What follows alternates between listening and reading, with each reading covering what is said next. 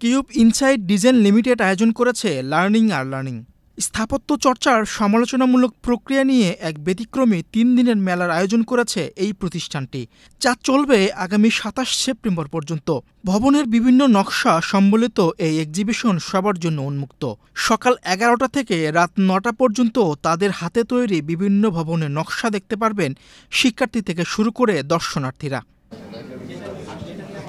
বৃহস্পতিবার সন্ধ্যায় বনানীতে এই এক্সিবিশনের উদ্বোধন করেন দেশের খ্যাতনামা স্থপতিরা, যার মধ্যে রয়েছে স্থপতি শামসুল ওয়ারেস, আবু সাইদ এম আহমেদ, জালাল আহমেদ, কাজী গোলাম নাসির, রফিক আজম, মোস্তফা খালিদ পলাশ, এহসান খান, মামনুন মোর্শেদ চৌধুরী ও প্যাট্রিক ডি রোজারিও।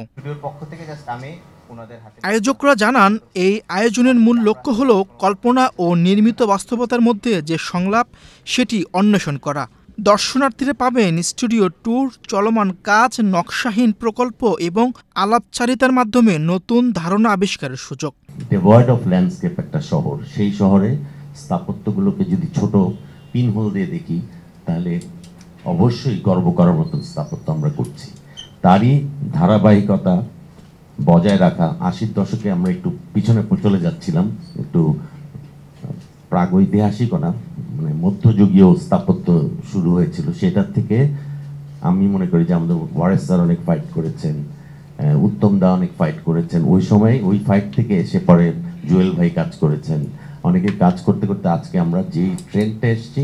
পদ্মা সেতু, মেট্রো রেল এবং এলিভেটেড এক্সপ্রেসওয়ে নির্মাণের গর্বিত অংশীদার বসুন্ধরা সিমেন্ট। একটা আন্তর্জাতিক ধারা, সেই ধারার সঠিক পথে আমাদের সব ছেলেরা চলছে। চাকরি করাটা খুব সহজ, অসম্ভব সহজ কাজ চাকরি করা। পেশা চর্চা করা আসলে খুব কঠিন। কেন কথাটা বললাম, সেটা হলো যে বাংলাদেশের অনেকগুলো স্কুল, অনেক স্টুডেন্ট আসতেছে আর্কিটেকচার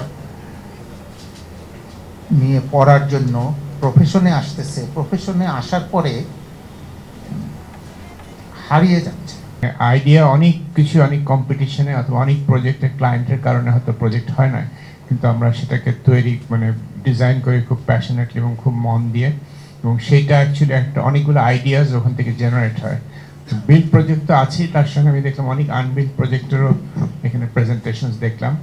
৩ দিনব্যাপী এই এক্সিবিশনের প্রথম দিনে বিভিন্ন বিশ্ববিদ্যালয়ের শিক্ষার্থীদের ভিড় দেখা যায়, যারা এই এক্সিবিশন সম্পর্কে নতুনত্ব শিখছে বলে জানান তারা। খুবই ভালো লাগতেছে যে ফার্স্টে যখন ওদের পেজে দেখলাম যে কিউব ইনসাইট একটা লার্নিং আনলার্নিং একটা প্রোগ্রাম বা এক্সিবিশন করতেছে, খুব ইন্টারেস্টেড ছিলাম যে এখানে আসবো, কিছু দেখবো মডেল, বা যেরকম ইন্টারেস্টে আসছিলাম তার থেকে বেশি আশানুরূপ হলো যে বিভিন্ন মডেল দেখতেছি, ওদের স্ট্রাকচার সিস্টেমগুলো।